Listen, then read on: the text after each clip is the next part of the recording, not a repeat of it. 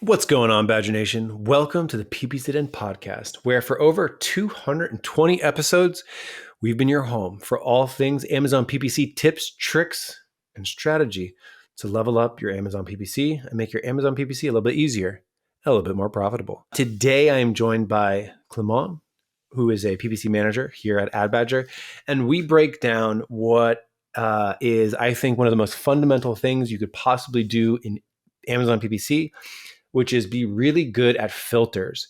What I mean by this is we just talk about filters to think of. We think about filters to think of like high ACOS with lots of clicks.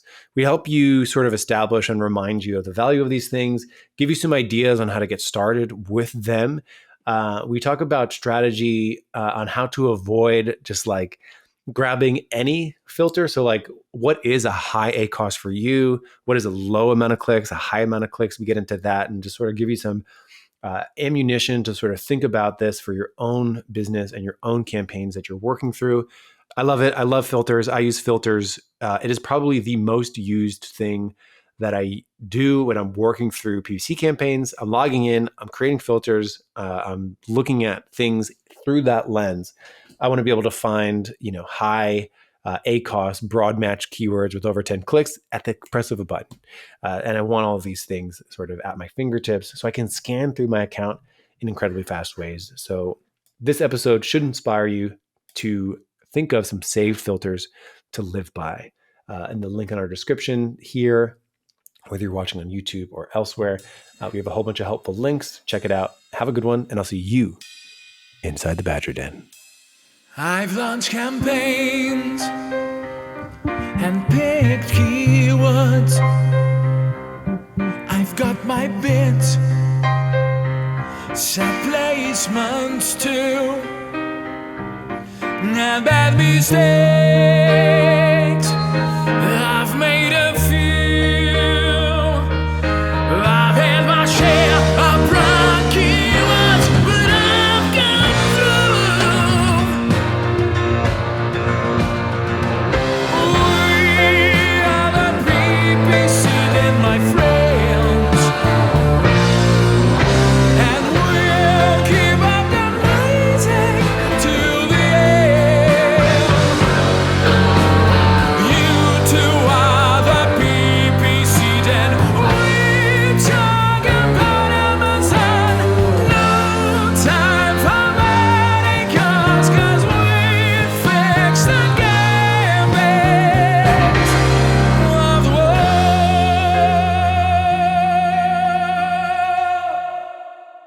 Clement, one of my favorite things to do is to run a filter. Saves me a lot of time. It does. Highlights things up. You don't need to go into all the rows and stuff being, hammered with numbers. You know what I think is so interesting about filters when it comes to Amazon PPC and PPC in general, maybe digital marketing in general, and so many jobs that are so involved into spreadsheets is I think it's one of these things that if you're not exposed to them or maybe you haven't exposed to them, it's so automatic that maybe a lot of people don't think of them. Like they'll just go through their day, they're using them.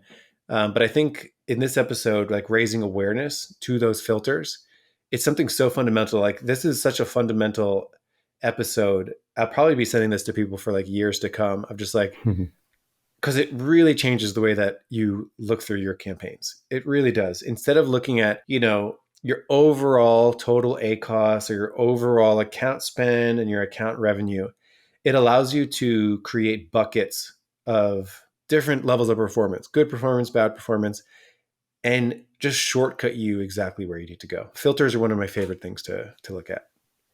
Yeah. And they allow for consistency as well, Use the filter, get the list of items, apply certain actions based on what you're looking at. So yeah, for sure.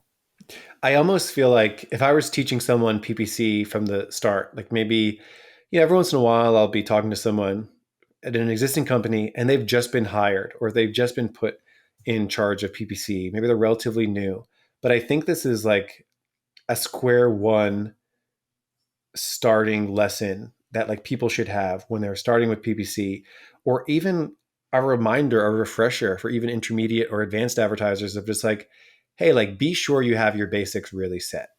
Yeah. There's a famous college basketball coach. I can't think of his name, but he, like on the start of the season, he does like an hour on tying your shoes. So he has all the players like put their shoes on, and he does this like really intensive how to tie your shoes properly, because he's like, when's the last time you evaluated how you tie your shoes? And it's like most people don't think of it. And he's like, if your shoe becomes untied during a game, it like can throw you off. So he's like, we're never going to have this happen. So he like legitimately like reteaches people how to tie their shoes, and it's actually kind of crazy. Every once in a while I'll see like a viral video of just like, do you know this like secret hack to tie your shoes perfectly every time? And it's like, oh wow, I didn't know that. I don't know that. So there's actually a lot of value in like re-evaluating these like fundamental things, because it makes so much of your life easier. Filters. It does, yeah. And you don't want to go into the next, crazy hack, very advanced thing if you don't get the basics right. Yeah. So that's a good reminder. Yeah. And when I think of filters in PPC, I think of like, that's what PPC is. It's like, how do you find the thing that you should take action on faster? How do you find the thing that you should amplify? Or how do you find the thing that you should suppress? So that's what comes up for me when I think of filters. What about you? Oh, yeah. I love following the data. I need data. So I'm using filters to just have that pre-mashed, and then I know what I need to do. So sure. So what do we say? We take it from the top, campaign level. So yeah, so we're going to jump through like campaign level filters, ad group level filters. The most activity will be at the keyword target search term product ad filter. That's where we spend most of our time. But yeah, let's kick this off here. So we're going to be going through each level, talking about filters that you'd want to apply for each one of these things, and then some recommended action that you'd want to take for these filters. So kick it off, Clement. Start us at the top, campaign level filters. So yeah, campaign level. What are we looking at? Just make sure that you don't run out of budget. And like you said, we want to amplify what's working, diminish what's not working. So you just go into that neat budget tab, add the filter estimated time budget less than 100%, and then you can sort through ACOS, ROAS, whatever works best for you. You have a good ACOS and you're running out of budget, then you just increase your budget. You have a bad ACOS, you're running out of budget, don't increase the budget. You still want your campaign to run throughout the day. Remember, towards the end of the day, the clicks are the cheapest. So you want to lower your bids to make sure that you have enough to run through the day. That's basic, yet effective. So straightforward, right?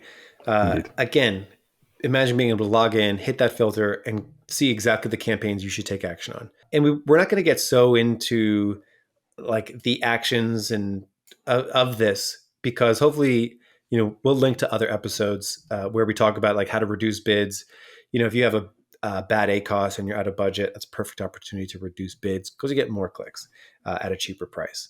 Going into the next level, which is the ad group level, I think we're going to go pretty quick on this, because in a perfect world, your ad group level filters are identical to your campaign level filters in the sense of you should have one ad group per campaign. Yeah, no, so that's best practice, just to have that single ad group per campaign, because we want to be able to have that budget distributed into the ad group, not more than one. So yeah, let's just skip this one. Really, and let's get to the meat of this episode, which is really the filters that you would apply at the keyword target search term product ad level. And I also want to first ask, when we talk about these filters, and maybe we should have mentioned this earlier, we should also mention where you're getting this information. I think in the first example, you can go inside Amazon and set that filter up. But when you do this level of analysis for keywords, target search terms, product ads, people can do this in quite a number of places, can't they? Yeah. So for the budget, you have your budget report, but you have the budget tab. Okay. And then for anything that most of the things that you would be able to see, you can do that in a bulk file. But here at Badger, we have the software, which we are using heavily in saving our filters so we can really quickly identify those targets. We have our processes that speed things up. So yeah, if you don't have a software, no worries, you can still have all your reports, have some macros in Excel or Google Sheet if you're into it. So you can still save some time. Yeah, well said. So there's multiple places where you would apply these filters, and keep that in mind as we go through this. Now, we're going to be getting into like describing these filters using words like when it has a few clicks, when it has a high ACOS, when it has a low ACOS, when it has a high click-through rate or low click-through rate. And these are going to be different for everybody. So before we even get to those filters, let's actually talk about like what that means for people. Again, we're talking about ways to evaluate your campaigns in a way that's quick, fast. So like if you're in the moment trying to think about like, well, what is a high ACOS for me? Or like, what is a few amount of clicks for me? These kinds of things are important to know ahead of time. So whether you incorporate that into your company SOPs and you just sort of write it down, or you just are operating by yourself and you just sort of intuitively know where these things are, there's so many ways to get high range, low range, mid range for any metric inside your account.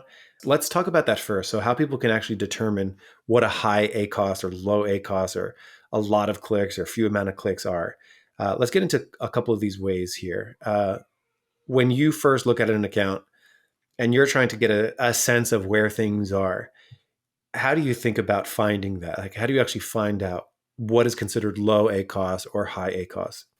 Yeah, that's especially important for us that are managing several accounts because we don't want to apply one size fits all. That doesn't work. Right? You have all the specificities of the account, the category, probably the seasonality for some accounts. So you want to have that sense for the account, and you just look at your averages. How are you converting? What's your average ACOS? And then you can build up those benchmarks for that specific accounts, for those specific products. Sometimes, if you're launching a new product, you will not have the same threshold for what is a high ACOS, what is a low ACOS. You probably even look at the ACOS at the beginning. You want to maximize your conversion. So all these kind of stuff are important to take into account. So yeah, averages, product cycle, seasonality, and that will give you what we mean by high, few, low, all these kind of things. And to flesh that out even more, I mean, to find that's just opening up your account, right? Like what is the ACOS over the last 30 days? Well, that's actually the account average ACOS over the last 30 days, which means like you have keywords above and below that. So if you open up your account and, we're recording this in March and you can look at February and be like, okay, like the average ACOS was 30%. That means maybe high, I'm going to want to add a couple points there. Maybe high would be considered, over 37% or over 40%. And again, depending on your business, you might say, well, hey, my high ACOS is actually 60% ACOS. So like looking at those averages can be really helpful. And it's just the account level. So like, what is your account average conversion rate? What is your account average click-through rate? How many clicks does it normally take to get a sale? We'll talk about that in a second.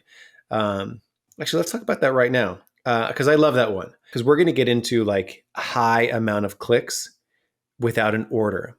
And I want to like actually break down how you can describe that. We've mentioned it before on this show here and there when we've had questions like, how long do you let something go before you pause it? Or how long do you let something go before you turn it to a negative in terms of clicks? So like we were sharing some ideas before. So like it starts with the average, right? So like, let's say I have an account average of 10% conversion rate. Walk us through how you would determine like what you would consider a lot of clicks without an order in that case. Yeah, sure. So, a lot of people are saying like, I want to filter everything with 10 clicks, no orders. And then I just bulk negative everything because, that's what some people are saying. Ooh, don't do it. Yeah. Yeah, you just need to go to be a little more granular, because on anything that is not exact targeting, because exact targeting, you've identified those targets as being worth advertising on. So let's say that you're looking at your search term level, okay? Broad phrase auto campaigns, even the ASINs that you are not actually exactly targeting. You're fishing for new opportunities. What if you mentioned your conversion is 10%, so that means that every 10 clicks you get an order. What if you get the order at the 11th click? That would change everything, right? What if the 12th? Still worth pushing, still worth investigating. So what I typically do is I take my conversion rate, I reverse it to have the amount of clicks that I need to get a sale on average, and then I just multiply it by 2. So in that example, 20 clicks would be my filter. Now, that doesn't mean that I will bulk negative everything that has 20 clicks and no orders, but that would give me that list of search terms that would need to be investigated. Maybe there is an issue with the placements. Maybe the relevancy is not good. In that case, I would take a different set of actions. Maybe, the bid is not right. It's not the right product to advertise on, all this kind of stuff. So that's, a better heuristic than just the 10-click rule. Mm-hmm. Yeah. And, I think that's something we always do really well here on the show, of just like not trying to give one size fits all recommendation. So, for some people, it might be 20 clicks without an order is considered high. For some people, it might be 30 clicks without an order might be considered high. For your business, maybe you want to be really tight. So for you, maybe you just want to go 2 times over your average. So like if the average is 10 clicks per order, you don't want to go over 20 clicks per order, 20 clicks without an order. Maybe you want to go really aggressive and be really loose and sort of be really exploratory and experimental. Maybe you would go 3x, so you would go 35 clicks without an order to be considered high. So really do take some time there and think about, like, if your business, what sort of state it is. Are you in profit maximization, or are you in sort of volume maximization? You're trying to like really expand and conquer new ground, because that would influence what you consider high. Look at your averages and let that be your guide. So look at your averages. How many clicks does it normally take you to get an order? How many impressions does it normally take you to get a click, for like click-through rate? So you can set that up in a spreadsheet, right? Like you can export, you can add another column, clicks to get an order. And it's just some pretty simple spreadsheet work to just invert your conversion rate to do clicks to get an order, right? Because your conversion rate is orders over clicks, and then your clicks to get an order would just be the inverse of that. And then depending on your business, you would multiply that by some amount to say, well, I only want to go over 2x my average, or I only want to go over 2.5x my average. And this is where sort of the emotional side of PPC comes in. Personally, I'm a 2.5x kind of guy. You are. Not too aggressive, but also not too conservative there. So that's the first place to get your considerations for like what you're going to determine is high. For some people, 80% ACOS is their target. For other people, 80% is extremely high. So be sure you take that into consideration. So that's the first place. There's actually a bunch of different places to get to consider high, low, to inform that. We'll go quickly through them, keeping the focus here on filters, but just rapid fire here. Why don't you take the first one, brand analytics? What can you get? Where do you look in brand analytics to maybe get a sense of what should be considered high or low? Okay, so your brand analytics, you can find them in your advertising console, and that will give you a threshold on, or a benchmark on, how you're performing with other brands within a certain category.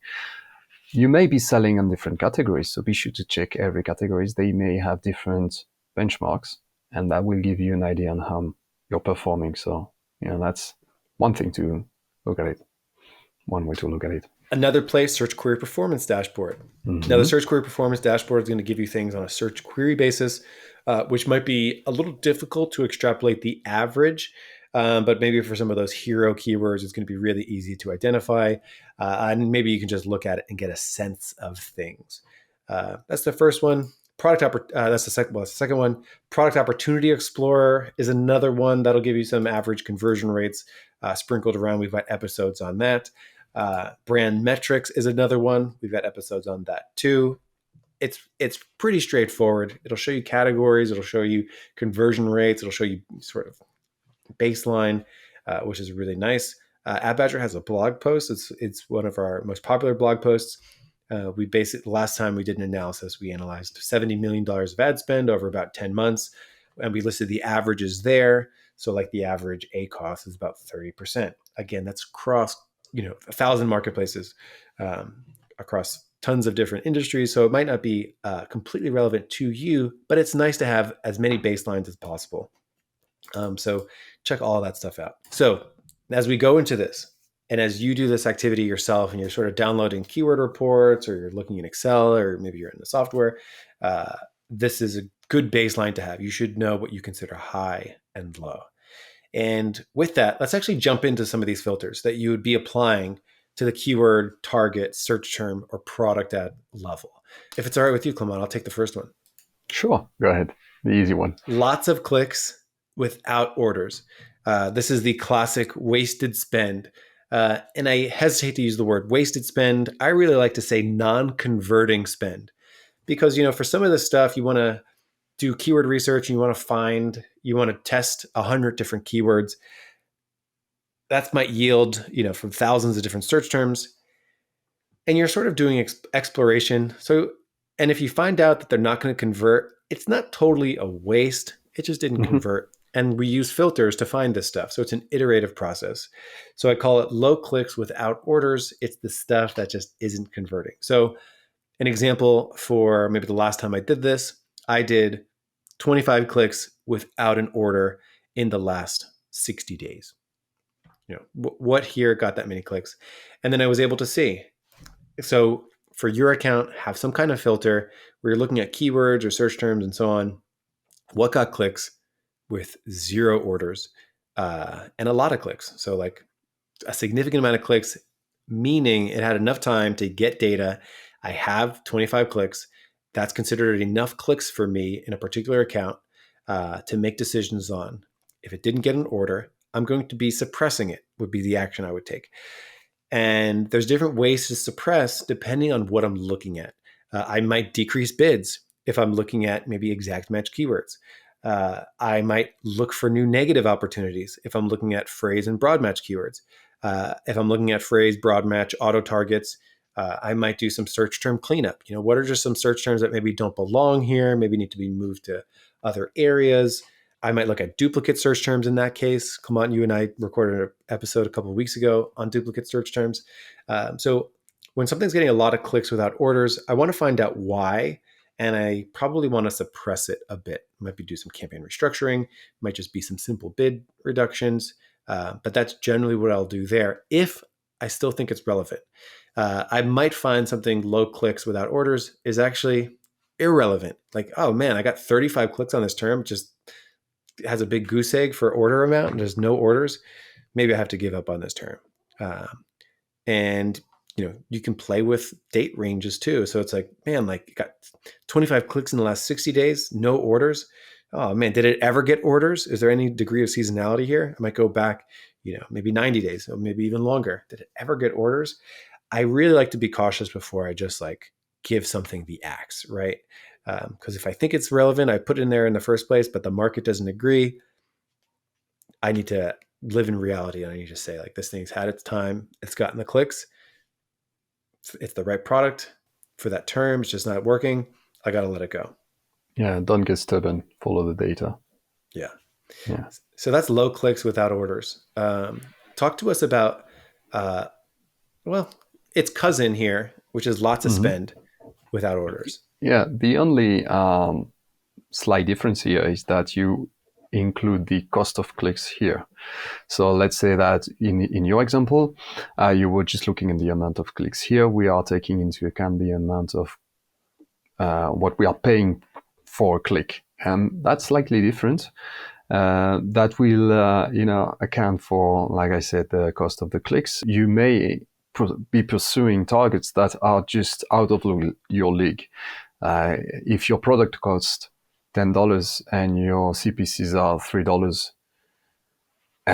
that's with 3 clicks, you're basically eating up all your benefits for sure. So yeah, maybe these targets are better left off for another time or for another placement. Like maybe those are top of search clicks that are very expensive and you're still not converting really well for those. Are you trying to rank on that? Yes, then okay, continue pursuing that. You're not, then just reduce your bid or leave it for another time. The thing I really like about doing lots of clicks without orders and then separately lots of spend without orders is because it is possible. There might be something that just has like 5 clicks, but for whatever reason, it's got like a CPC that's like way higher than everything else.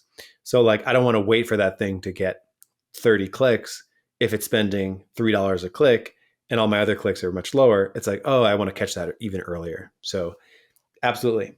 I'll still do something slightly different as well.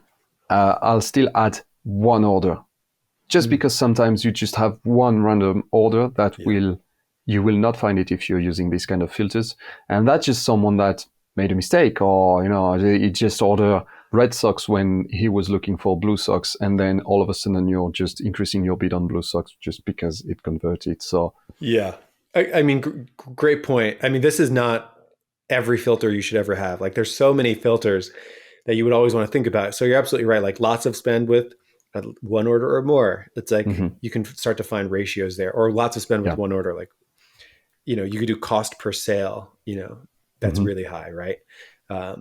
For sure. Next one on our list is lots of clicks with high ACOS, lots of clicks with low ACOS.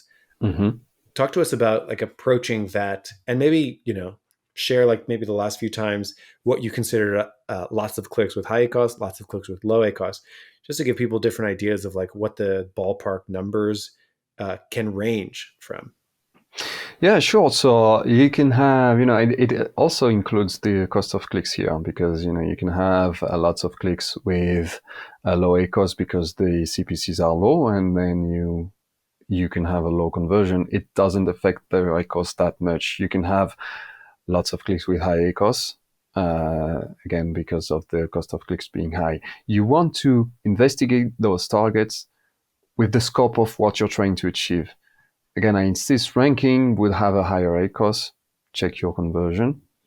But if you don't have any specific goals in mind and you just want to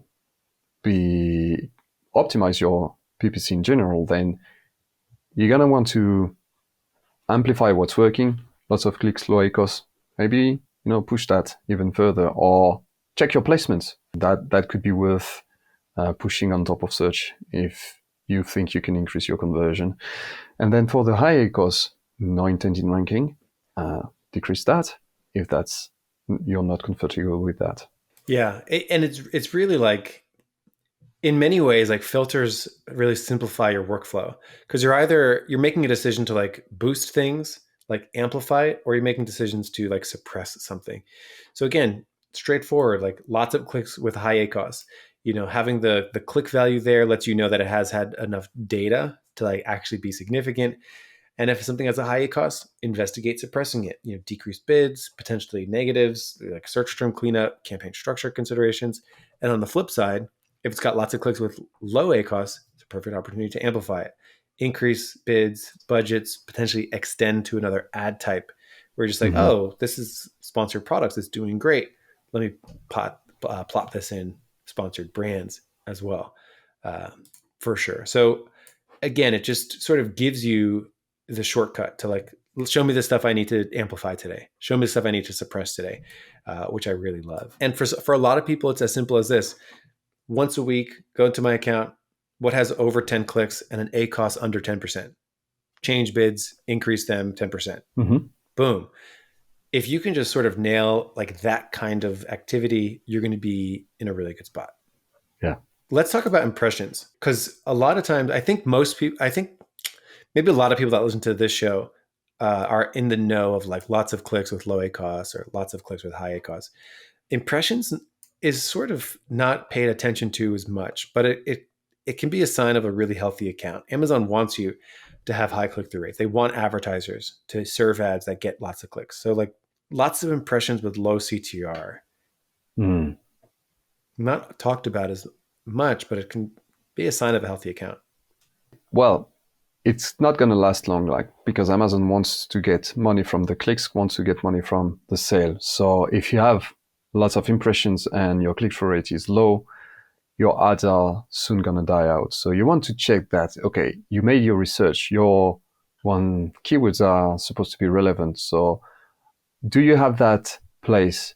Are you relevant to be advertising for that keyword at that point of your product lifecycle? Investigate your competition. Maybe they have a price advantage of you. Maybe they have more reviews. Well, maybe your hero image is not appealing enough. A/B test that. Okay, you should be optimize your listing always. It's not like you get your listing straight from the launch and then that's it. Follow the trends. Some competitors are going to try stuff out. You want to stay ahead of the curve, and then again, you may want to check that search term or that keyword and see if it's in phrase match in your title, not because of SEO, not because of ranking, just because of the human eye like to see what it's searched for. So you have blue socks in your title in phrase match.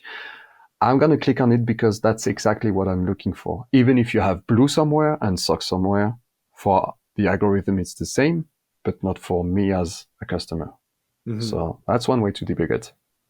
Okay. Yeah. And then I also like to do the filter, no impressions, no clicks, but active.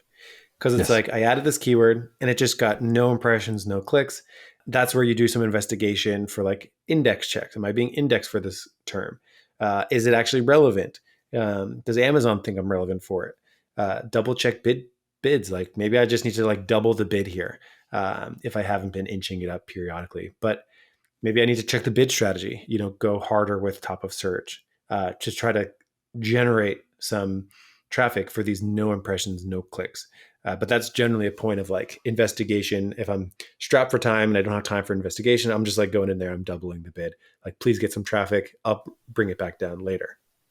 Yeah, change the bid strategy from done only to fixed bids. That usually does the trick, right? You're just, especially for launch, if your product is new, Amazon doesn't know what it converts on.